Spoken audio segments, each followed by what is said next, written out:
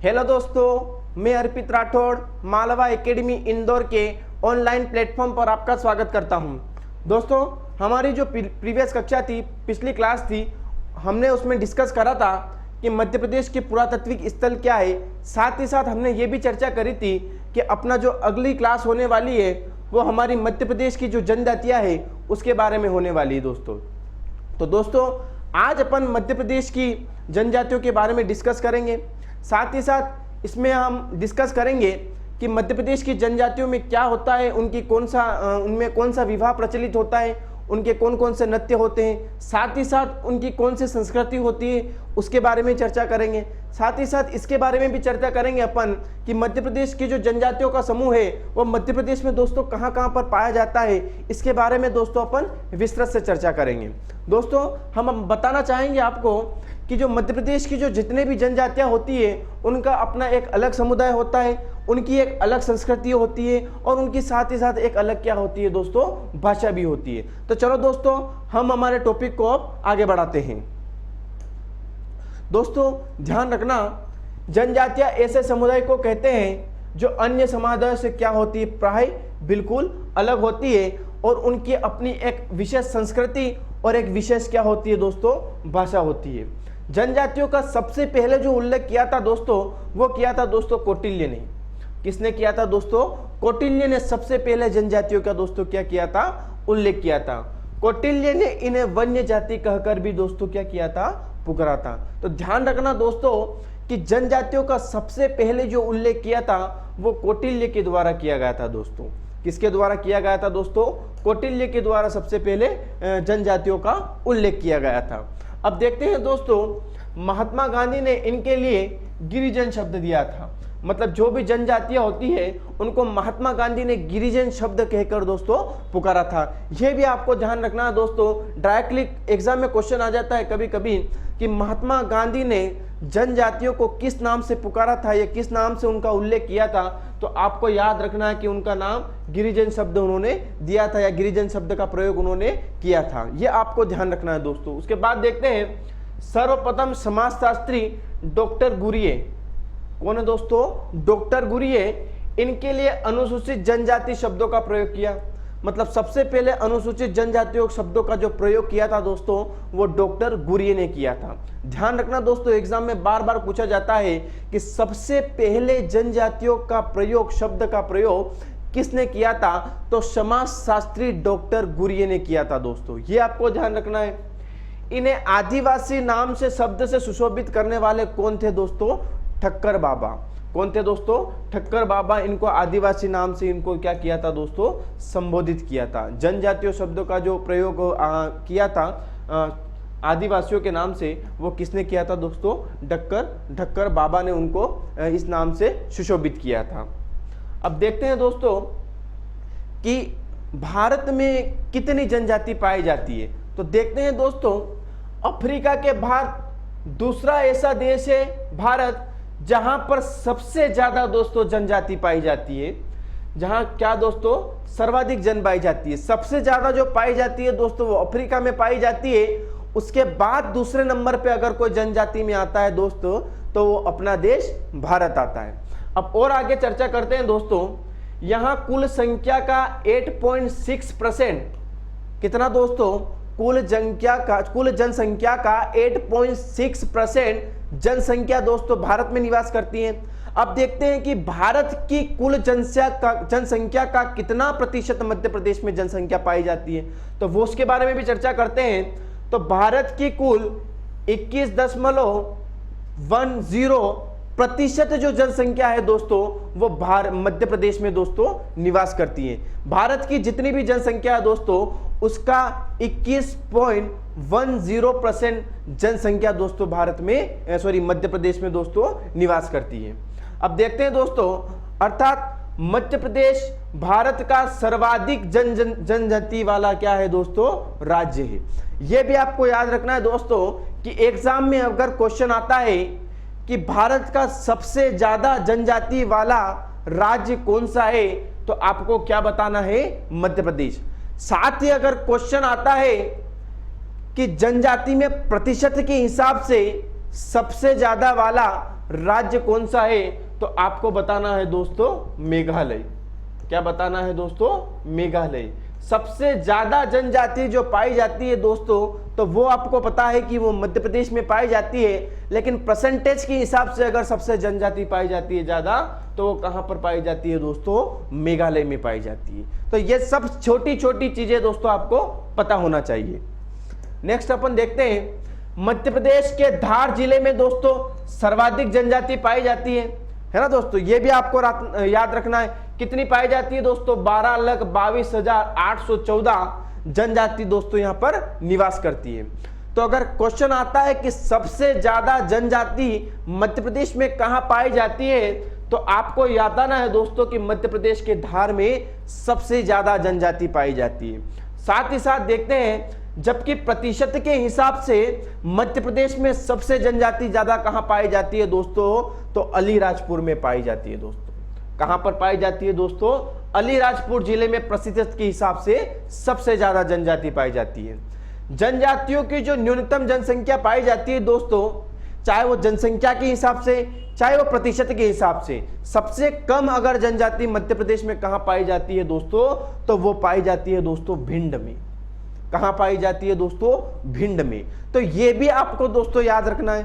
साथ ही साथ अपन अगली नेक्स्ट चर्चा करते हैं दोस्तों। सबसे पहले जो अपनी भील जनजाति के दोस्तों बारे में बात करेंगे, जो मध्य प्रदेश की सबसे बड़ी जनजाति है दोस्तों। क्या है दोस्तों? जो भील जनजाति है वो मध्य प्रदेश की क्या है दोस्तों? सबसे बड़ी जनजाति है। अब देखते हैं दोस्तों, भील शब्द संस्कृत भाषा के भील से उत्पन्न हुआ है दोस्तों।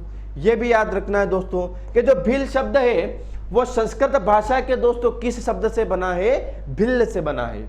अब देखते हैं दोस्तों, अन्य मान्यताओं के अनुसार भील शब्द की उत्पत्ति जो हुई है दोस्तों, वो विलुवर शब्द से हुई है। किससे शब्द से हुई दोस्तों? विलुवर शब्द से हुई है, जिसका अर्थ क्या है दोस्तों? तीर और कमान। जिसका अर्थ क्या होता है दोस्तों? तीर और कमान।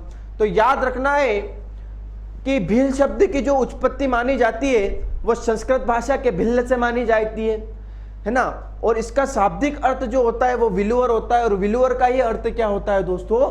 तीर और कमान। ये भी आपको ध्यान रखना है।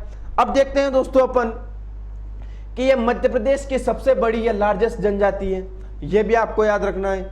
अब ये प्रदेश के कौन कौन से जिले में पाया जाता है वो अपन याद रखना है कि मध्य प्रदेश के जितने भी आदिवासी बहुल क्षेत्र है, चाहे वो अलीराजपुर हो गया, चाहे वो बड़वानी हो गया, झाबुआ हो गया, है ना, धार और रतलाम, ठीक है ना दोस्तों, खरगोन, है ना, ज्यादातर जो दोस्तों ये जनजाति निवास करती है, ये इंदौर संभाग के अंतर्गत आती है दोस्तों।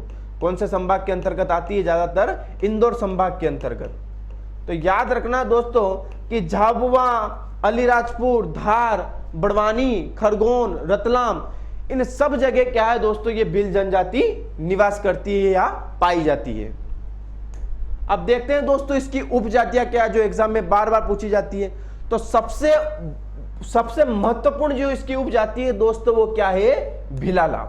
भिलाला इसकी क्या है दोस्तों? सर्वश्रेष्ठ, या अपन मान सकते हैं एग्जाम में बार बार पूछा जाता है। देखना दोस्तों, भील से क्या बना है? भिलाला। तो ये क्या है? इसकी उपजाति है। उसके बाद बात करते हैं दोस्तों पटालिया की, उसके बाद बात करते हैं दोस्तों रतियास की, और साथ ही साथ किसकी बात करेंगे दोस्तों? बेगास की। तो ये सब जो मैंने आपको बताई है, इस शब्द अपन जो डिस्कस कर रहे हैं, ये सब किसकी उपजातियां है दोस्तों? ये भील जनजाति की क्या है? उपजातियां हैं। अब बात करते हैं कि भीलों का जो निवास स्थान होता है उसको क्या कहते हैं, और जो व्यक्तिगत रूप से जो लोग रहते हैं उसके निवास स्थान को क्या कहते हैं, है ना। तो ध्यान रखना इसका निवास स्थान कैसा होता है। तो भीले के सामूहिक निवास स्थान को क्या कहते हैं दोस्तों? फाल या फाल्या के नाम से जाना जाता है। और व्यक्तिगत निवास स्थान को क्या कहते हैं दोस्तों? कू के नाम से जानते हैं। किसके नाम से जानते हैं दोस्तों? ये व्यक्तिगत निवास जो है इसको किस नाम से जानते हैं दोस्तों? कू कहा जाता है।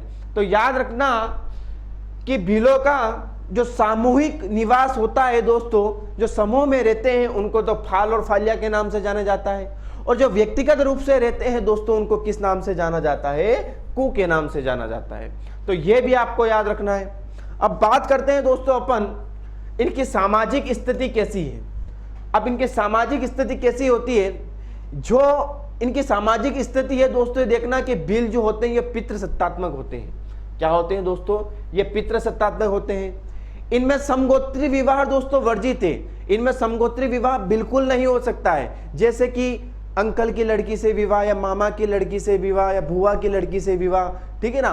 तो ये समगोत्री विवाह इसमें बिल्कुल वर्जित है, मतलब सगे संबंधित से विवाह बिल्कुल नहीं कर सकते हैं, ऐसी इसमें प्रथा पाई जाती है। अब जो भील लोग मुस्लिम धर्म को दोस्तों अपना लेते हैं उसको क्या कहते हैं? तो उसको क्या कहते हैं दोस्तों? तड़वी कहते हैं। उसको क्या कहते हैं दोस्तों? तड़वी कहते हैं। एग्जाम में भी यहां से बार बार क्वेश्चन आता है दोस्तों कि जो भील मुस्लिम धर्म को अपना लेते हैं दोस्तों उसको क्या कहते हैं? तो उसको दोस्तों क्या कहते हैं? तड़वी के नाम से जाने जाते हैं। दोस्तों हम यहाँ आपको इतना डिटेल से पढ़ा रहे हैं कि यहां से आपका जो जनजाति से जो भी क्वेश्चन बनता है दोस्तों यहां से बाहर जाने वाला नहीं है, ठीक है ना। तो आप अच्छे से नोट्स बनाइए दोस्तों और उसका बार बार से रिवीजन करिए ताकि यहां से आपका कोई दोस्तों क्वेश्चन बाहर ना जाए। अब देखते हैं दोस्तों अपन इनका व्यवसाय कैसा होता है। तो इनका जो व्यवसाय होता है दोस्तों ये मजदूरी और कृषि से रिलेटेड होता है। क्या होता है दोस्तों? कृषि और मजदूरी इनका क्या है दोस्तों? व्यवसाय है। अब इसमें जो विवाह पाया जाता है दोस्तों, ये विवाह किस टाइप से पाया जाता है? तो इसमें जो विवाह पाया जाता है दोस्तों ये मंगनी विवाह पाया जाता है। हम दोस्तों उन विवाह के बारे में आपसे विस्तृत से चर्चा करेंगे जो एग्जाम में बार बार पूछे जाते हैं। जो एग्जाम में क्या होते हैं दोस्तों? बार बार पूछे जाते हैं। उन विवाह को हम आपसे डिटेल से बताएंगे। बाकी जो विवाह है आपको डायरेक्टली याद रखना है कि ये विवाह इस जनजाति में पाया जाता है, ठीक है दोस्तों। तो चलो देखते हैं। एक होता है दोस्तों घर जमाई विवाह। घर जमाई क्या होता है? जो दूल्हा होता है वो दुल्हन के घर जाके रहने लग जाता है, उसको ही क्या कहते हैं दोस्तों? घर जमाई विवाह। एक होता है दोस्तों नातरा विवाह और एक होता है दोस्तों घर गुस्सी विवाह। तो ये घर गुस्सी विवाह होता है ना, जबरदस्ती किसी के घर में घुसकर रहना और उससे विवाह कर लेना, उसी को क्या कहते हैं दोस्तों? घर गुस्सी विवाह कहते हैं। अब होता है दोस्तों भगोरिया विवाह। ये दोस्तों जो भगोरिया विवाह है इसको प्रेम विवाह के नाम से भी जाना जाता है दोस्तों। किस विवाह के नाम से जाना जाता है? प्रेम विवाह के नाम से भी जाना जाता है। ध्यान रखना दोस्तों, इसको किस विवाह के नाम से जाना जाता है? प्रेम विवाह के नाम से जाना जाता है। अब भगोरिया विवाह होता क्या है दोस्तों? ये भगोरिया नृत्य का ही एक परंपरा है या प्रथा है जो मध्य प्रदेश के दोस्तों कहां पर होता है? झाबुआ और अलीराजपुर में होता है। कहां पर होता है दोस्तों? झाबुआ और अलीराजपुर में। यह आपको ध्यान रखना दोस्तों। कहां पर होता है दोस्तों? झाबुआ और अलीराजपुर में होता है। अब भगोरिया विवाह को ही दोस्तों आपको पता है प्रेम विवाह के नाम से जाना जाता है। इस भगोरिया विवाह में होता क्या है कि यहां पर एक मेला लगता है दोस्तों, एक नृत्य होता है। उस विवाह में लड़का और युवक और युवती या लड़का या लड़की एक दूसरे को पसंद करते हैं, एक दूसरे से प्रेम करते हैं और प्रेम करने के बाद अगर एक दूसरे को पसंद कर लेते हैं तो वो भागकर छुप जाते हैं। क्या करते हैं दोस्तों? भागकर छुप जाते हैं और तब तक बाहर नहीं आते हैं जब तक उनके घर वाले शादी के लिए सहमत ना हो जाए या उनकी सहमति ना दे जाए। जब सहमत हो जाए दोस्तों तो वो वहां से बाहर निकल के आ जाते हैं और शादी कर लेते हैं। तो इसी प्रकार की जो भगोरिया परंपरा है या भगोरिया विवाह या भगोरिया नृत्य है ये भील जनजाति में दोस्तों पाया जाता है। ध्यान रखना दोस्तों। इसके बाद अपहरण विवाह। अपहरण विवाह क्या होता है दोस्तों? ये भी याद रखना आप कि जबरदस्ती लड़की को उठाकर उसके साथ शादी करना, उसको ही क्या कहते हैं दोस्तों? अपहरण विवाह कहते हैं। तो ये भी आपको दोस्तों याद रखना। अब बात आती है दोस्तों गोल गधेड़ो विवाह। गोल गधेड़ो विवाह। गोल गधेड़ो में क्या होता है दोस्तों कि इस गोल गधेड़ो में क्या होता है कि जो युवतियां होती है इसमें क्या होता है दोस्तों? एक खंबा होता है। इस खंबे के ऊपर दोस्तों क्या होता है? नारियल दोस्तों, क्या? नारियल और गुड़। नारियल और गुड़ दोस्तों यहां पर बांध दिया जाता है। अब जो युवक होता है दोस्तों वो युवक इसको नारियल को गिराने की कोशिश करता है। इस नारियल को क्या करता है दोस्तों? गिराने की कोशिश करता है। और जो युवतियां होती है वो उस युवक को इस नारियल को गिराने से रोकती है और यहां तक कि रोकती है तो यहां तक कि कभी कभी क्या होता है दोस्तों कि उस युवक को कई बार चोट भी आ जाती है। अगर वो युवक इस नारियल को गिराने में दोस्तों अगर सक्षम हो जाता है या गिरा देता है तो वो जो युवतियां होती है उन युवतियों में से किसी से भी दोस्तों वो शादी कर सकता है। ऐसा गोल गधेड़ो जो विवाह है दोस्तों, ये मध्य प्रदेश की भील जनजाति में पाया जाता है। तो आपको याद रखना है इसके जो महत्वपूर्ण दो विवाह जो दोस्तों वो आपको याद रखना है, एक तो भगोरिया विवाह और दूसरा कौन सा है दोस्तों, गोल गधेड़ो विवाह। ये दो विवाह बार बार दोस्तों एग्जाम में पूछे जाते हैं, तो आपको बहुत अच्छे से याद रखना है। अब बात कर लेते हैं कि इनका त्योहार कौन कौन से होते हैं। तो इनका त्योहार सबसे महत्वपूर्ण होता है दोस्तों वो नवई और भगोरिया होता है ना। भगोरिया भी इनका क्या एक प्रणय पर्व या एक प्रेम पर्व है ना। और गोल गधेड़ो, ये गोल गधेड़ो भी क्या है, एक विवाह और एक त्योहार का क्या है दोस्तों, त्योहार। जो गोल गधेड़ो विवाह होता है इसी को ही वो क्या करते हैं, त्योहार के रूप में दोस्तों मनाते हैं। अब बात होती है देखो एक और चलवणी गला, यह चलवणी गला भी इनका क्या है दोस्तों, प्रमुख त्योहार है। अब अपन नृत्य के बारे में बात करते हैं दोस्तों कि इनके नृत्य कौन कौन से हैं। तो डोहा, बड़वा, घूमर और गोरी, और लास्ट में आता है दोस्तों बहुत ही महत्वपूर्ण जो बहुत ही आईएमपी है वो क्या है दोस्तों, गोल गधेड़ो। अब जो ये विभिन्न प्रकार के जो सेवन करते हैं, पदार्थ सेवन करते हैं, खान पान जो होता है उनके, उसके बारे में दोस्तों बात करते हैं। खान पान, प्रिय खाद्य पदार्थ रबड़ी, इनका जो प्रमुख खाद्य पदार्थ होता है जो खाने का होता है वो दोस्तों क्या होता है, रबड़ी। रबड़ी इन लोगों को दोस्तों क्या है, बहुत ही पसंद है। ये रबड़ी का बहुत ही अच्छे से दोस्तों ज्यादा से ज्यादा क्या करते हैं, सेवन करते हैं। तथा गर्मियों में क्या सेवन करते हैं दोस्तों, ताड़ी का सेवन करना दोस्तों ये क्या करते हैं, पसंद करते हैं। तो दो चीजें याद रखना दोस्तों, ताड़ी और रबड़ी ये दोनों ही क्या करते हैं दोस्तों, पसंद करते हैं। अब बात करते हैं दोस्तों प्रमुख देवी देवताओं के बारे में। प्रमुख देवता राजपंत देव है, इनके जो प्रमुख इनके देव माने जाते हैं दोस्तों वो राजपंत देव माने जाते हैं। इसके अतिरिक्त वाघ देव और भैरव देव, भील माता, चामुंडा माता तथा क्या है दोस्तों, काली माता भी है। ये इनके क्या है दोस्तों, प्रमुख देवी देवता है। साथ ही साथ यह जनजाति घोड़े एवं सर्प की पूजा करती है। जो जनजाति है भील जनजाति, ये घोड़े और दोस्तों सर्प की क्या करती है, पूजा भी करती है। इनकी प्रमुख कुल देवी जो है वो क्या है दोस्तों, काजल रानी इनकी प्रमुख जो है वो देवी मानी जाती है दोस्तों, ये भी आपको ध्यान रखना है। अब बात करते हैं दोस्तों इनकी पूजा घर के बाहर की जाती है तथा विवाह के अवसर पर हिंसरी देवी की पूजा घर के अंदर दोस्तों की जाती है। जब किसी भील युवक या युवतियों का दोस्तों विवाह होता है तो हिंसरी जो देवी होती है दोस्तों उसकी जो पूजा की जाती है वो घर के अंदर की जाती है, ये आपको ध्यान रखना है दोस्तों। अब विशेष, इनमें प्रमुख विशेष क्या है दोस्तों, इनकी एक प्रमुख भित्ति होती है जिसको पिथौरा भित्ति के नाम से जाना जाता है। यह पिथौरा भित्ति जो है दोस्तों बहुत ही महत्वपूर्ण है कि पिथौरा भित्ति मध्य प्रदेश की कौन सी जनजाति से संबंधित है। तो आपको याद रखना दोस्तों ये कौन सी जनजाति से संबंधित है, ये भील जनजाति से संबंधित है दोस्तों। कौन सी जनजाति से संबंधित है दोस्तों, ये भील जनजाति से संबंधित है, ये आपको याद रखना है। भीलों की पारंपरिक भित्ति चित्रकला को भितौरा चित्रकला कहते हैं या पिथौरा भित्ति कहते हैं। इसमें ये दीवारों पर जानवरों विशेषतः कौन से दोस्तों, घोड़े के चित्रों को बनाते हैं। इसको ही क्या कहते हैं दोस्तों, पिथौरा भित्ति चित्रकला, पिथौरा भित्ति चित्रकला कहते हैं। अब बात कर लेते हैं दोस्तों गोंड जनजाति की। वैसे गोंड जनजाति जो होती है भारत की सबसे बड़ी जनजाति है, लेकिन मध्य प्रदेश की दूसरी सबसे बड़ी जनजाति है दोस्तों। इसका ध्यान आपको रखना है कि ये मध्य प्रदेश की कौन सी नंबर की जनजाति है, दूसरी सबसे बड़ी जनजाति है। देखते हैं दोस्तों, गोंड जनजाति भारत की सबसे बड़ी जनजाति है और मध्य प्रदेश की दूसरी सबसे बड़ी जनजाति है। मध्य प्रदेश की क्या है दोस्तों, दूसरी सबसे बड़ी जनजाति है। गोंड शब्द की उत्पत्ति तेलुगु भाषा के कोण शब्द से हुई है।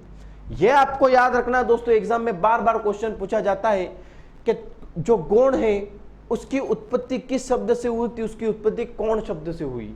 किस शब्द से हुई दोस्तों, कोण शब्द से हुई है। और ध्यान रखना है दोस्तों कि इसका अर्थ क्या होता है दोस्तों, पर्वत। यह स्वयं को क्या कहते हैं दोस्तों, कोयतोर कहते हैं। ये स्वयं को क्या कहते हैं दोस्तों, कोयतर कहते हैं, जिसका अर्थ होता है दोस्तों पर्वतवासी। क्या होता है दोस्तों, पर्वतवासी। सीधा अर्थ ये है कि जो गोंड पर्वत पर निवास करते हैं, जो पहाड़ी पे निवास करते हैं, उन्हीं को क्या कहते हैं दोस्तों, गोंड जनजाति कहते हैं। वे मनुष्य प्रजाति के आधार पर दोस्तों जनजाति का अपन बात करते हैं तो मनुष्य प्रजाति के अर्थ में दोस्तों एक होता है प्रोटोस्ट्रायड, क्या होता है दोस्तों, एक प्रोटोस्ट्रायड परिवार, तथा ये भाषा के आधार पर जो होती है दोस्तों वो मुंडा द्रविड़ भाषा परिवार की है ना। तो इनकी जो भाषा के बारे में बात करी अपन ने, तो याद रखना दोस्तों कि प्रोटोस्ट्रायड जो भाषा होती है, जो परिवार होता है, वो किससे संबंधित है, वो आपको बताना है कि वो गौड़ जनजाति से संबंधित है। अब दोस्तों बात करते हैं, यह जनजाति नर्मदा नदी के दोनों ओर तथा विंध्य सतपुड़ा पहाड़ियों के क्षेत्र में दोस्तों क्या करती है, निवास करती है। यह आपको ध्यान रखना है।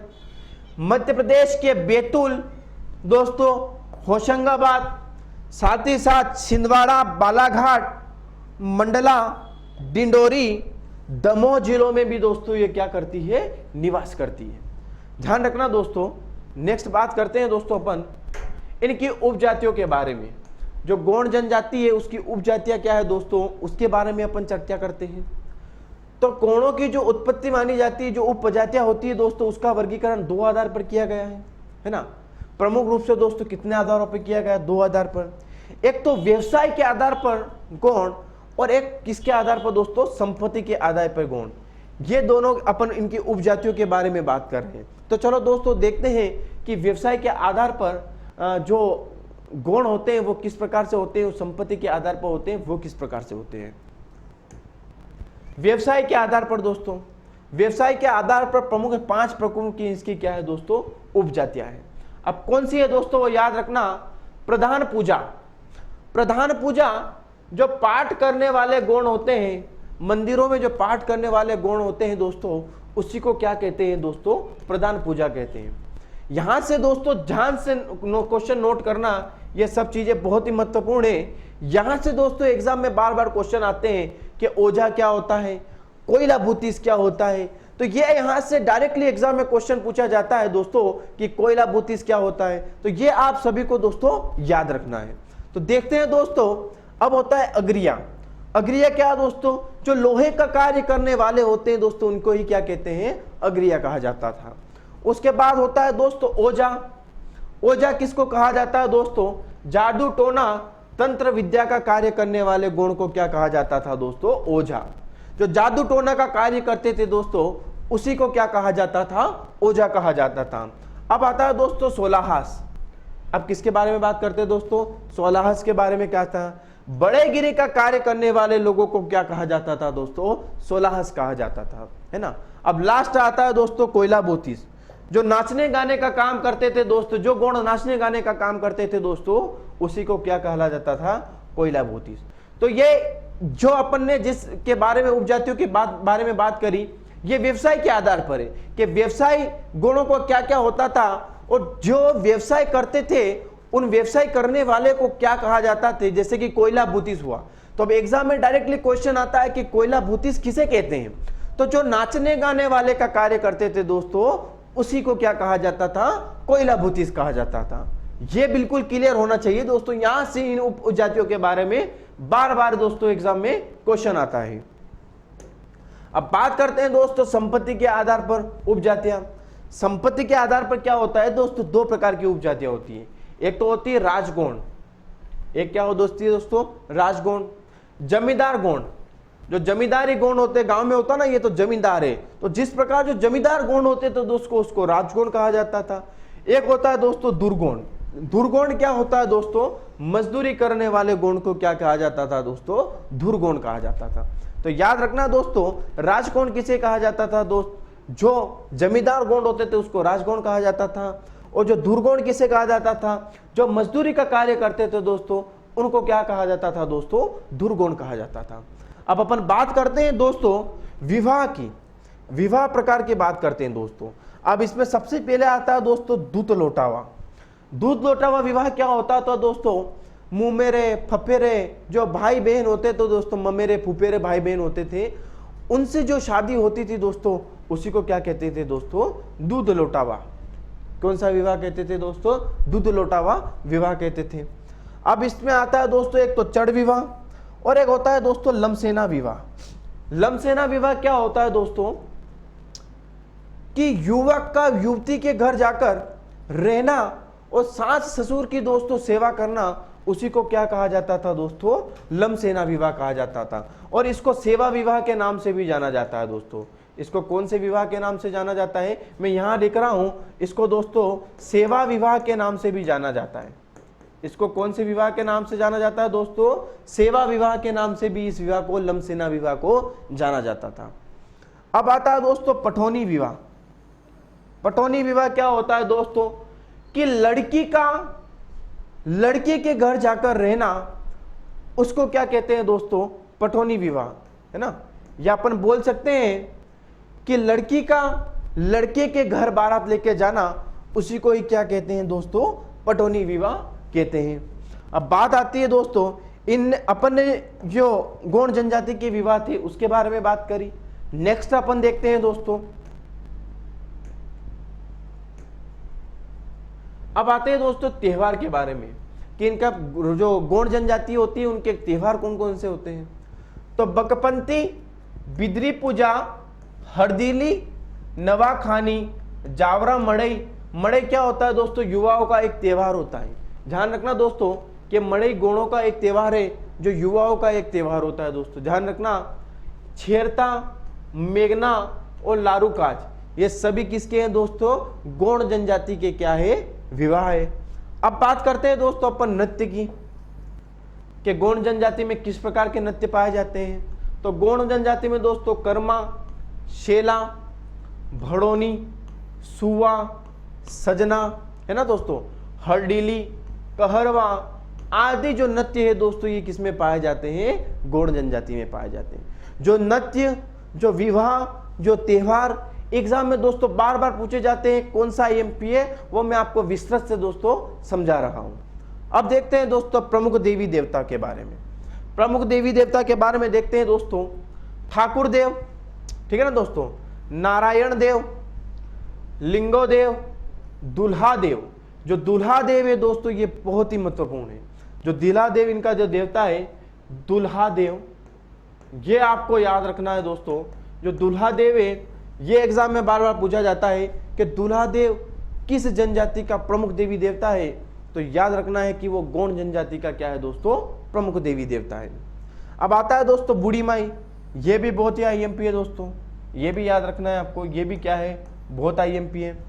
तथा खेर माई, यह जादू टोना आत्मवाद को मानने वाली क्या थी दोस्तों, जनजाति थी। अगर एग्जाम में क्वेश्चन आता है कि जादू टोना को मानने वाली जनजाति कौन सी थी, तो जादू टोना को जो जनजाति मानती थी वो कौन सी थी दोस्तों, गौण जनजाति थी। ये आपको क्लियर होना चाहिए दोस्तों। अब बात करते हैं दोस्तों अपन, अबुचमाड़ गौणों का प्राचीनतम वर्ग है। जो अबुचमाड़ है दोस्तों, वो क्या है, गौणों का प्राचीनतम वर्ग है। गौणों का युवा ग्रह को दोस्तों क्या कहा जाता था, घोटुल कहा जाता था। एग्जाम में डायरेक्टली क्वेश्चन आता है कि युवाओं का जो गौणों का जो युवा ग्रह होता है उसको किस नाम से जाना जाता है, तो उसको दोस्तों घोटुल के नाम से जाना जाता है। ये आपको दोस्तों याद रखना है। गौणों का मेला को क्या कहा जाता था दोस्तों, मड़ई कहा जाता था। ये भी आपको क्लियर होना चाहिए कि गौण जनजाति का जो मेला होता था उसको किस नाम से जाना जाता था, तो उसको मड़ई के नाम से जाना जाता था।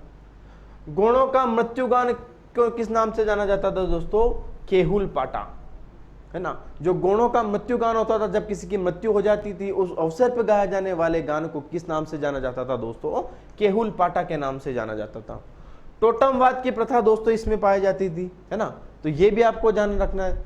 ध्यान इतना रखना है दोस्तों गौणों में कि इसके युवा ग्रह को क्या कहा जाता था, घोटुल कहा जाता था।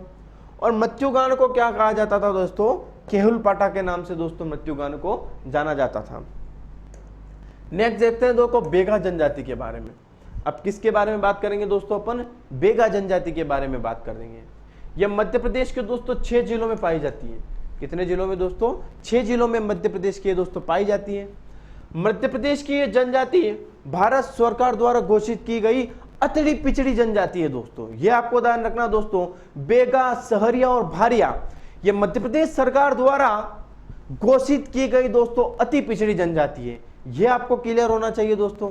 अब बात करते हैं दोस्तों, बेरियर एल्वी ने बेगाओं के ऊपर एक पुस्तक लिखी थी दोस्तों, उस पुस्तक की रचना की थी, उस पुस्तक का क्या नाम था दोस्तों, द बेगास। इस पुस्तक की रचना किसने की थी दोस्तों, याद रखना बेरियर एल्विन ने, है ना। एग्जाम में डायरेक्टली क्वेश्चन आता है कि बेगाओं के ऊपर द बेगास पुस्तक लिखी है, उसकी रचना किसने की थी? तो आपको बताना है बेरियर एल्विन ने। किसने करी थी दोस्तों? बेरियर एल्विन ने उसकी क्या करी थी? रचना करी थी। अब बात करते हैं मध्य प्रदेश के कितने जिलों में पाई जाती है दोस्तों? 6 जिलों में निवास करती है। प्रमुख रूप से कौन कौन से 6 जिले हैं दोस्तों, उसके बारे में अपन डिस्कस करते हैं। तो देखना दोस्तों, ये मंडला, डिंडोरी, बालाघाट, अनूपपुर है ना दोस्तों, और शहडोल, और लास्ट में क्या है दोस्तों? उमरिया। इन 6 ही जिलों में दोस्तों ये क्या है दोस्तों? ये बेगा जनजाति दोस्तों निवास करती है। तो आपको बस इतना याद रखना कि ये मध्य प्रदेश सरकार द्वारा दोस्तों पिछड़ी, अति पिछड़ी जनजाति इसको घोषित किया गया है। और बेरियर एल्विन ने इनके ऊपर एक पुस्तक लिखी थी, उस पुस्तक का क्या नाम था दोस्तों? द बेगास। कौन सी पुस्तक थी दोस्तों? द बेगास वो पुस्तक थी। तो ये आपको ध्यान रखना है। अब बात करते हैं दोस्तों अपन, बेगाचक डिंडोरी जिलों क्षेत्र में सर्वाधिक निवास करती है। जो बेगा जनजाति जो है दोस्तों, आपको याद रखना है कि डिंडोरी जिले में सबसे ज्यादा क्या करती है दोस्तों? निवास करती है। अब बात करते हैं, इस जनजाति को धरतीपुत्र या बिछावर के नाम से भी संबोधित है। अब जात इतना रखना दोस्तों, एग्जाम में जो क्वेश्चन आता है वो किस प्रकार से आता है कि धरतीपुत्र के नाम से किस जनजाति को जाना जाता है? तो धरतीपुत्र के नाम से जिस जनजाति को जाना जाता है उस जनजाति का नाम क्या है दोस्तों? बेगा जनजाति। ये धरती को दोस्तों क्या मानते थे? अपनी माता मानते थे। इस पे वो हल वल नहीं चलाते थे दोस्तों। इस पे वो क्या करना पसंद करते थे? झूम या स्थानांतरित कृषि करना वो क्या करते थे? पसंद करते थे।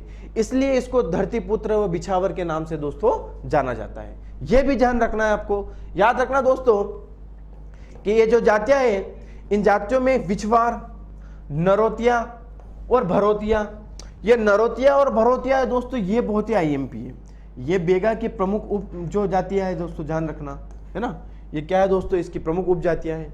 अब याद रखना दोस्तों, रायमेना, काटमेना और नाहार व कोदवान, ये भी क्या है दोस्तों? इसकी प्रमुख उप जातियां हैं बेगास की। अब विवाह, इसमें किस प्रकार के विवाह प्रचलित थे दोस्तों? तो इसमें किस प्रकार के विवाह प्रचलित थे उसको देखते हैं दोस्तों। सबसे पहला आता है दोस्तों चढ़ विवाह, है ना। चढ़ विवाह के बाद आता है दोस्तों लमसेना विवाह, जिसके बारे में अपन बात कर चुके हैं, ठीक है ना दोस्तों, जिसके बारे में अपन क्या है? गोंड जनजाति में दोस्तों बात कर चुके हैं। ये बेगा में भी इस प्रकार का विवाह दोस्तों क्या है? प्रचलित है। बात करते हैं दोस्तों उथारिया विवाह। उसके बाद आता है दोस्तों चोर विवाह। कौन सा दोस्तों? चोर। चोर से ही स्पष्ट हो रहा है कि किसी लड़की का अपहरण करके उसके साथ जबरदस्ती जो विवाह किया जाता है दोस्तों, उसको ही चोर विवाह के नाम से दोस्तों जाना जाता है। अब आता है दोस्तों पेठुल विवाह। पेठुल विवाह क्या होता है दोस्तों? पेठुल विवाह वो होता है कि लड़की जो होती है दोस्तों, वो लड़के के घर क्या जाती है? बारात लेके जाती है। उसी प्रकार के विवाह को दोस्तों क्या कहा जाता था? पेठुल विवाह कहा जाता था। यह भी आपको याद रखना है दोस्तों। अब आता है दोस्तों उठवा विवाह। जो विवाह एग्जाम में सामान्यतः अभी तक पूछे जा रहे हैं, उनके बारे में मैं दोस्तों आपसे विस्तृत से चर्चा कर रहा हूं। अब बात करते हैं दोस्तों देवता। इनके प्रमुख देवता कौन थे? तो इनके प्रमुख देवता जो माने जाते थे दोस्तों देवता, वो बूढ़ा देव माने जाते थे। कौन से देवता माने जाते थे दोस्तों? बूढ़ा देव इनके प्रमुख देवता माने जाते थे। जो साल वृक्ष पर निवास करते थे दोस्तों, जो साल वृक्ष पर क्या करते थे? निवास करते थे। जो बूढ़ा देव थे दोस्तों, वो कहां निवास करते थे? साल वृक्ष पे निवास करते थे। अब बात करते हैं दोस्तों ठाकुर देव। जो ठाकुर देव होते थे दोस्तों, ये क्या करते थे? गांव की रक्षा करते थे। किसकी रक्षा करते थे दोस्तों? गांव की रक्षा करने वाले देव को क्या कहा जाता दोस्तों? ठाकुर देव कहा जाता था। अब बात करते हैं दोस्तों दूल्हा देव। दूल्हा देव जो होता था दोस्तों बेगा में, वो होता था दोस्तों जो बीमारियों से इनकी जो रक्षा करते थे दोस्तों, उनको ही क्या कहा जाता था दोस्तों? दूल्हा देव कहा जाता था। अब बात करते हैं प्रमुख देवियों के बारे में। बूढ़ी माई और ठकुराई माई, ये क्या था? इनकी प्रमुख देवियां थी। किस जनजाति की दोस्तों? बेगा जनजाति की। अब बात करते हैं दोस्तों कृषि, है ना, कि किस प्रकार की कृषि करना पसंद करते थे। तो ये किस प्रकार की कृषि करना पसंद करते थे? ये कृषि को अपनी मां मानते थे दोस्तों। क्या मानते थे दोस्तों? कृषि को अपनी मां मानते थे। इसलिए वो धरती पर दोस्तों हल चलाना क्या करते थे? पसंद नहीं करते थे। और वो झूम या स्थानांतरित कृषि करना क्या करते थे दोस्तों? पसंद करते थे। अब स्थानीय भाषा में इस प्रकार की जो झूम या स्थानांतरित कृषि होती थी, उसको वहां की जो डिंडोरी या बेगा जिस क्षेत्र में पाई जाती है, उस क्षेत्र में जो लोग जो कृषि करते थे वो उस कृषि को किस नाम से जाने जाते थे, किस नाम से जानते थे? तो वो उस कृषि को दोस्तों चिमाता या बेवार या पोटू डाहिया आदि के नाम से दोनों जानते थे दोस्तों। ये आपको बिल्कुल क्लियर होना चाहिए दोस्तों। अब इनका जो भोजन होता था वो भोजन किस प्रकार का होता था दोस्तों? पेट जो इनका भोजन होता था दोस्तों बेगा, वो दोपहर का इनका भोजन होता था दोस्तों। एग्जाम में डायरेक्टली क्वेश्चन आता है कि बेगाओं का दोपहर का जो भोजन होता था दोस्तों वो किस प्रकार का होता था? तो आपको याद रखना है वो पेज प्रकार का भोजन होता था, है ना। और इनका जो बियारी जो भोजन होता था दोस्तों वह किस प्रकार का भोजन होता था? इनका शाम का भोजन होता था दोस्तों। ये आपको बिल्कुल क्लियर होना चाहिए। अब देखते हैं दोस्तों अपन नृत्य। ये नृत्य दोस्तों इसमें कर्मा, शेला और परधोनी। ये परधोनी दोस्तों ये पटवारी में पूछा जा चुका है 2017 में, तो ये बहुत आईएमपी है दोस्तों। उसके बाद बात करते हैं दोस्तों अपन रीना और विल्मा। ये भी इनके क्या है दोस्तों? बहुत ही महत्वपूर्ण नृत्य है। त्योहार, ये किस प्रकार के त्योहार मनाते थे? इनका प्रमुख त्योहार कौन सा होता था? तो इनका दशहरा, दिवाली, होली और नवाखानी इनका क्या है दोस्तों? प्रमुख त्योहार है। ये भी आपको दोस्तों मालूम होना चाहिए। अब देखते हैं दोस्तों अपन भारिया। भारिया भी मध्य प्रदेश सरकार द्वारा अति पिछड़ी जनजाति दोस्तों इसको घोषित की गई है। और ये मध्य प्रदेश के कहां पर पाई जाती है दोस्तों? छिंदवाड़ा में। कहां पर पाई जाती है दोस्तों? छिंदवाड़ा में। इसके बारे में अपन विस्तृत करते हैं। भारिया का जो शाब्दिक अर्थ दोस्तों होता है वो होता है दोस्तों भार ढोने वाला। क्या होता है दोस्तों? भार ढोने वाला भारिया का क्या होता है? शाब्दिक अर्थ होता है। यह मध्य प्रदेश की अति पिछड़ी जनजाति है। मैंने आपको 3 जनजातियों के बारे में बताया था, बेगा, भारिया और सहरिया।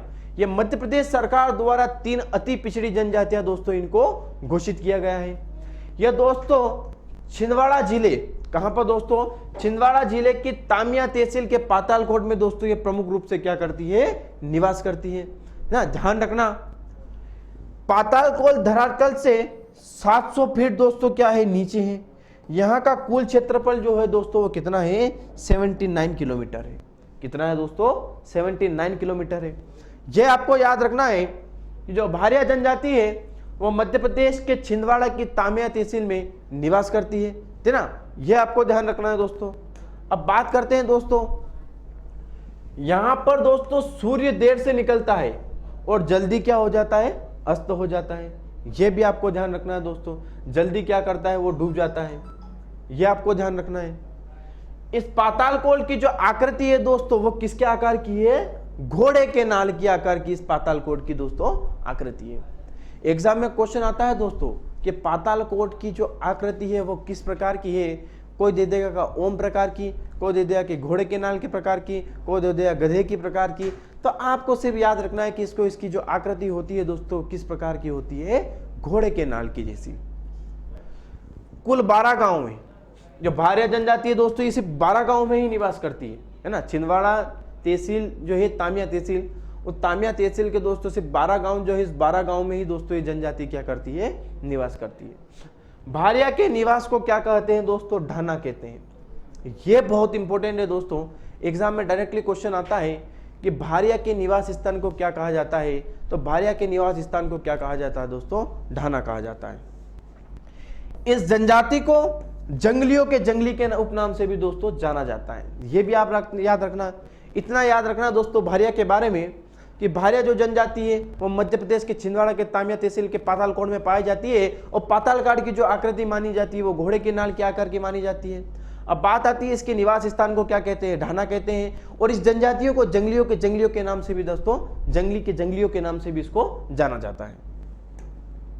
अब इसकी उपजातियां कौन सी है दोस्तों? इसकी उपजाति है दोस्तों भूमिया, बुहियर और पेड़ो।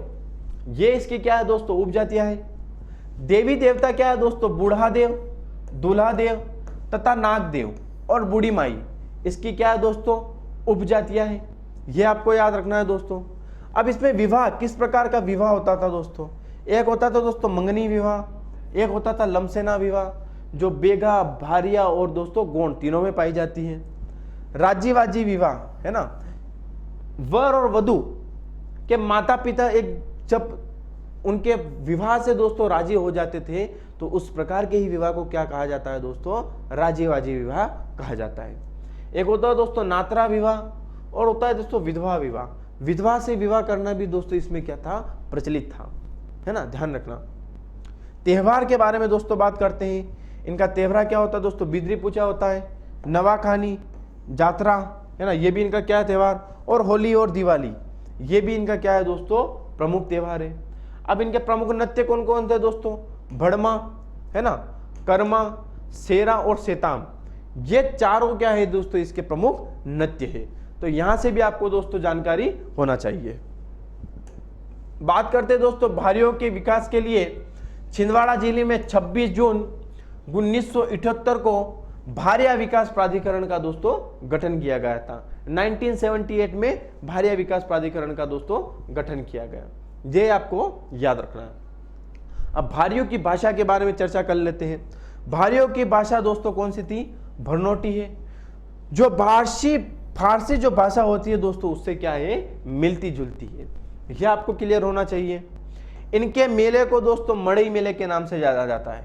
जैसे गोड़ में इनके जो मेला होता था उसको मड़ई के नाम से जाना जाता था, उसमें इसी प्रकार भारिया में भी इसके मेले को किस नाम से जाना जाता है दोस्तों, मड़ई के नाम से जाना जाता है। आपको इतना क्लियर होना चाहिए दोस्तों कि अगर एग्जाम में क्वेश्चन आता है कि मड़ई मेला किस जनजाति में प्रचलित है, तो आपको भारिया नहीं लगाना, आपको क्या लगाना है दोस्तों, गोंड लगाना है, ध्यान रखना दोस्तों। अब आता है दोस्तों सहरिया। अब मैंने बात करी दोस्तों बेगा, भारिया और सहरिया, ये तीनों जिस जनजाति है दोस्तों, बेगा, भारिया और सहरिया, यह मध्य प्रदेश की अति कुपोषण या अति पिछड़ी जनजातियां है दोस्तों, ये आपको ध्यान रखना, ये तीनों ही जनजातियां हैं। फारसी भाषा में सहरिया का अर्थ है दोस्तों क्या है, जंगल होता है ना। यह मूल रूप से राजस्थान की जनजाति है। एग्जाम में डायरेक्ट क्वेश्चन आता है कि सहरिया मूल रूप से कहां की जनजाति है, तो आपको बताना है कि यह मूल रूप से कहां की जनजाति है दोस्तों, राजस्थान की जनजाति है। यह मध्य प्रदेश के उत्तरी जिले भिंड, मुरैना, शिवपुरी, गुना, श्योपुर, है ना दोस्तों, रायसेन तथा विदिशा आदि जिलों में दोस्तों क्या करती है, निवास करती है। सहरिया जनजाति शरीर से दुर्बल होते हैं तथा कुपोषण से क्या होते हैं दोस्तों, ग्रस्त होते हैं। शरीर से दुबले पतले होते हैं दोस्तों ये, और कुपोषण से क्या होते हैं दोस्तों, ग्रस्त होते हैं। अब बात करते हैं दोस्तों, इसके साथ ही ये दोस्तों क्या है, आलसी जनजाति है दोस्तों, और शराब का भी क्या करती है दोस्तों, ज्यादा सेवन करती है। शराब का भी क्या करती है दोस्तों, ये ज्यादा सेवन करती है। सहरिया जनजाति की बसाहट को दोस्तों क्या कहते हैं, सहराना के नाम से जाना जाता है। एवं परिवार के मुखिया को दोस्तों क्या कहा जाता था, पटेल कहा जाता था। आपको एग्जाम में डायरेक्टली क्वेश्चन आता है कि सहरिया जो है उसके जो मुखिया को क्या कहा जाता था, तो उसके मुखिया को क्या कहा जाता था दोस्तों, पटेल कहा जाता था। ये एग्जाम में दोस्तों यहां से डायरेक्टली क्वेश्चन आता है। आत्मवाद, भूत प्रेत और जादू टेना में वो विश्वास करने वाली दोस्तों क्या थी, जनजाति थी। इस जनजाति के प्रमुख नृत्य दोस्तों क्या है, देखना, दुलदुल घोड़ी, क्या है दोस्तों, इसको दलदल को दुलदुल कर लेना दोस्तों, क्या कर लेना दोस्तों, दुलदुल घोड़ी, है ना, परधोनी और रागिनी और लहंगी। 2017 दोस्तों पटवारी में क्वेश्चन आया था, दुलदुल घोड़ी और लहंगी, ये किसके प्रमुख नृत्य है, तो आपको याद रखना है दो महत्वपूर्ण है, वे किसके हैं दोस्तों, सहरिया के। किस जनजाति के है दोस्तों, सहरिया जनजाति के प्रमुख नृत्य है, आपको ध्यान रखना है दोस्तों, यहां से एग्जाम में बार आता है। अब आता है दोस्तों कोल जनजाति के बारे में। कौन सी जनजाति के दोस्तों, कोल जनजाति के बारे में आता है। कोल जनजाति का उल्लेख दोस्तों ऋग्वेद, पुराण, रामायण, महाभारत आदि में है, यह आपको ध्यान रखना है दोस्तों। इस जनजाति का मूल निवास जो है दोस्तों वो कहां पर है, रीवा। एग्जाम में डायरेक्टली क्वेश्चन आता है कि कोल जनजाति का प्रमुख निवास स्थान कहां है, तो दोस्तों आपको याद रखना है कि इसका प्रमुख निवास स्थान कहां पर है दोस्तों, रीवा में इसका प्रमुख स्थान है, यह आपको ध्यान रखना है। इसके अतिरिक्त ये सतना, सीधी, शहडोल, सिंगरौली, कटनी, जबलपुर, उमरिया आदि में पाई जाती है। और कोल का जो निवास स्थान होता है, कोल जनजाति का निवास स्थान होता है दोस्तों, इसको टोला के नाम से जाना जाता है। इसको किस नाम से जाना जाता है दोस्तों, टोला के नाम से इसके निवास स्थान को दोस्तों जाना जाता है। इन कोलों की पंचायत को दोस्तों गोहिया कहते हैं। है ना। एग्जाम में कैसे क्वेश्चन कैसे आएगा दोस्तों कि गोहिया किसकी पंचायत है, गोहिया किस जनजाति की पंचायत है, किस जनजाति की पंचायत है, की पंचायत है। तो आपको क्या बताना है दोस्तों, ये किस जनजाति की पंचायत है दोस्तों, ये कोल जनजाति की पंचायत है। कौन से दोस्तों, ये कोल जनजाति की क्या है दोस्तों, गोहिया।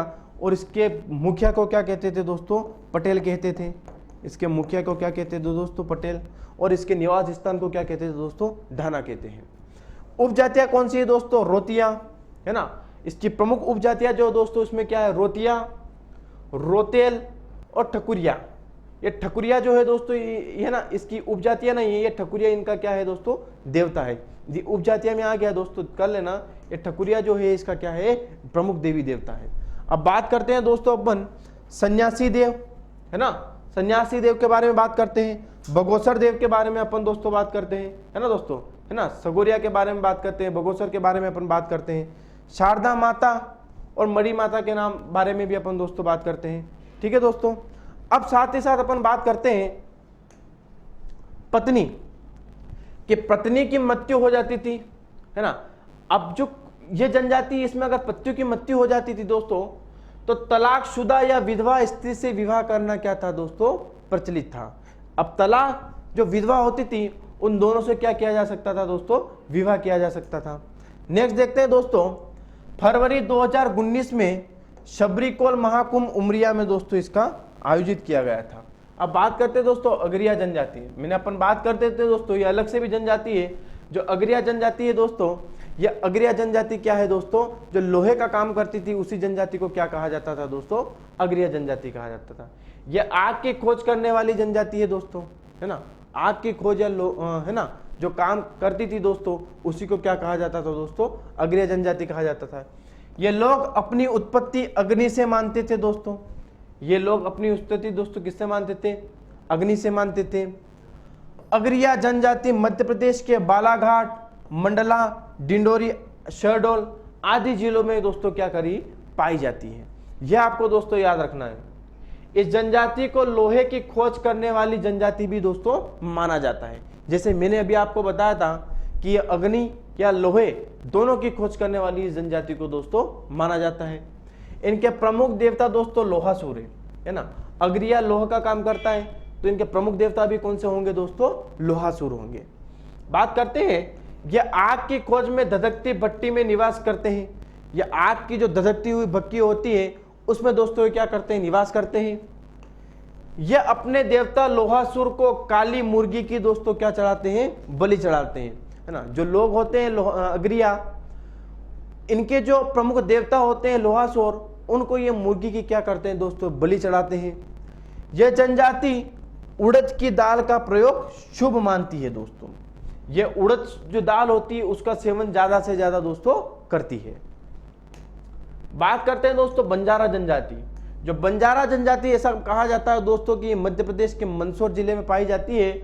और इस बंजारा जनजाति ने ही क्या किया था दोस्तों, कंघी की खोज कराता था। अपन देखते हैं, यह मूल रूप से राजस्थान की मानी जाती है और मध्य प्रदेश के मंदसौर, नीमच, इंदौर जिलों में दोस्तों ये क्या करती है, निवास करती है। और यह अत्यंत आकर्षक जनजाति है दोस्तों। ये क्या है दोस्तों, अत्यंत आकर्षक जनजाति है। और इस जनजाति ने किसकी खोज की थी दोस्तों, कंघी की खोज की थी। क्वेश्चन ऐसे ही आता है दोस्तों डायरेक्ट, कि बंजारा जनजाति मध्य प्रदेश में कहां पाई जाती है, कहां पर दोस्तों, मंदसौर, ज्यादातर सबसे ज्यादा मंदसौर और नीमच। और खोज किसकी की थी दोस्तों, इसने कंघी की। तो बस इतना सा याद रखना है दोस्तों कि बंजारा जनजाति ने किसकी खोज की थी दोस्तों, कंघी की। और ये मंदसौर और नीमच में दोस्तों क्या है, पाई जाती है। बस इतना क्लियर करना है दोस्तों आपको। अब आता है दोस्तों पनिका जनजाति। पनिका ट्रिप्स के बारे में अपन बात करते हैं, ट्रिप के बारे में बात करते हैं। यह मध्य प्रदेश की कबीरपंथी जनजाति है दोस्तों। एग्जाम में क्वेश्चन आता है कि कबीरपंथी जनजाति कौन सी है, तो आपको बताना है कि कबीरपंथी जो जनजाति है वो कौन सी जनजाति है दोस्तों, पनिका। कबीरपंथी जनजाति दोस्तों कौन सी है, पनिका। तो ये क्या है दोस्तों, कबीरपंथी जनजाति है, कबीरपंथी जनजाति है। यह आपको याद रखना है दोस्तों कि यह किस प्रकार की जनजाति है दोस्तों, कबीरपंथी जनजाति है। यह मध्य प्रदेश के सीधी, शहडोल, सिंगरौली जिलों में दोस्तों क्या करती है, निवास करती है। यह आपको ध्यान रखना है। इस जनजाति के लोगों को दोस्तों क्या कहते हैं, कबीरहा कहकर पुकारा जाता है। आपको बस इतना याद रखना है कि जो पनिका जनजाति है सीधी, सिंगरौली आदि जिलों में निवास करती है और इसको दोस्तों कबीरपंथी जनजाति के नाम से पनिका जनजाति को जाना जाता है।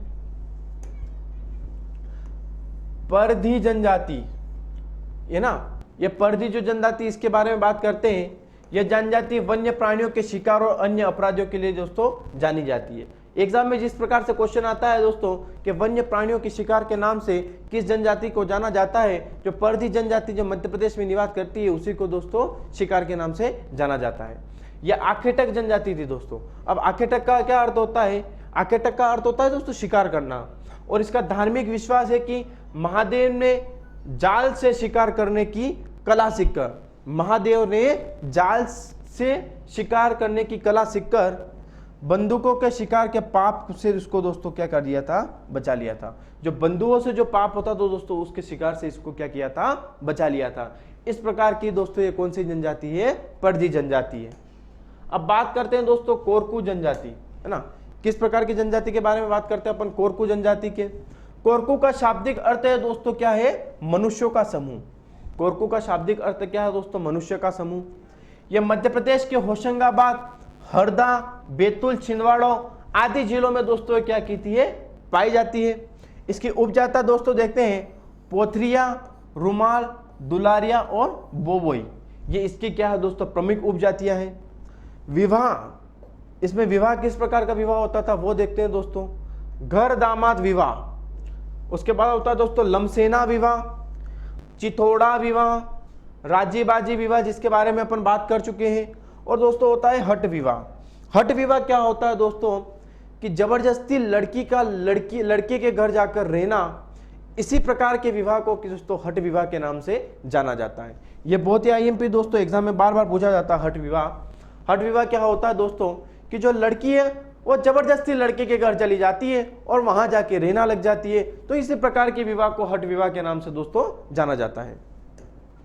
अब आता है दोस्तों नृत्य, कि इसमें किस प्रकार के नृत्य थे, तो इसमें थप्ती, थांडल और चटकोरा और खम स्वांग आदि इसमें दोस्तों नृत्य क्या है, प्रचलित थे।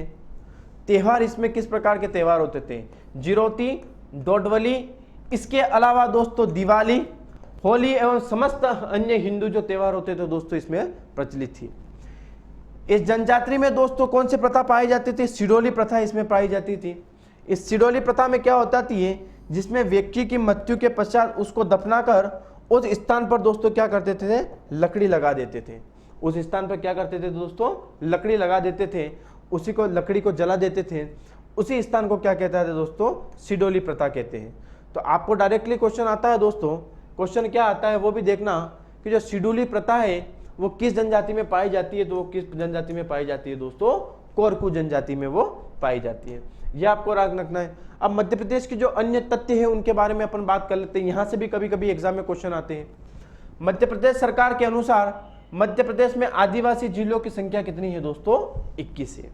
यह आपको याद होना चाहिए दोस्तों। हलवा जनजाति दोस्तों बालाघाट में निवास करती है।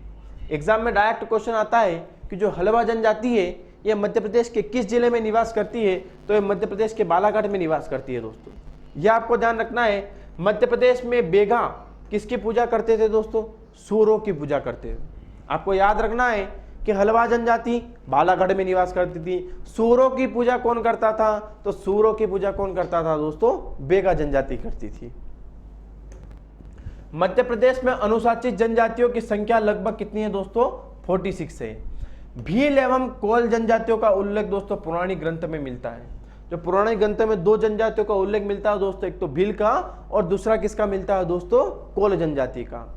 आदिम जाति कल्याण विभाग की स्थापना दोस्तों 1964 में हुई थी। जो आदिम जनजाति है दोस्तों उसकी स्थापना 1964 में होती है और 1965 में इसका नाम बदलकर क्या कर दिया था दोस्तों, इसका नाम बदलकर आदिवासी हरिजन कल्याण विभाग दोस्तों कर दिया गया था। तो ये आपको दोस्तों याद होना चाहिए। अब नेक्स्ट देखते हैं दोस्तों ध्यान रखना कि अपनी जो मध्य प्रदेश की जो जनजाति से जो अपनी हमारी जो क्लास थी दोस्तों, वो बहुत ही विस्तृत से अपन ने मध्य प्रदेश की जनजातियों के बारे में डिस्कस करा है। और यहाँ से एक भी क्वेश्चन दोस्तों आपका बाहर जाने वाला नहीं है। बहुत ही विस्तृत से अपने जनजातियों के बारे में बात करा, उपजातियाँ क्या होती है, कौन से इनके विवाह होते हैं, कौन से नृत्य होते हैं, उनके निवास स्थान को क्या कहते हैं, उनके मुखिया को क्या कहते हैं, तो सब ये दोस्तों एग्जाम में हमारे आते हैं। तो दोस्तों आज की जो अपनी जनजाति की जो क्लास थी दोस्तों वो यहीं समाप्त होती है। दोस्तों अगली क्लास में मिलेंगे हम, तब तक के लिए दोस्तों धन्यवाद। जय हिंद, जय भारत।